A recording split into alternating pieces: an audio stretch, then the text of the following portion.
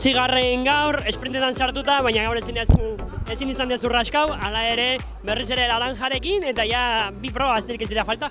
Gaur egun gogorra beste behin. Esprinera llegatu naiz azkenengo 500 metroa ondo kolokatuta. Pasatu gaitu laboral taldea eskerretik eta ezin izan dugu sprint on bat egin. Azkenan 9. postu bat eta laranja errekuperatu dut zela gaurko objektiboa. Nola junda gaurko karrera? Oso lasterketa eroa izan da, fuga asko, pare bat iesalditan sartu naiz. Azkenean iesaldi bat joan da, atxetik taldea lan egin du iesaldi hori kontrolatzeko. Azken igoeran harrapatu ditugu eta gero esprinera. Zorionak. Eskerrik asko.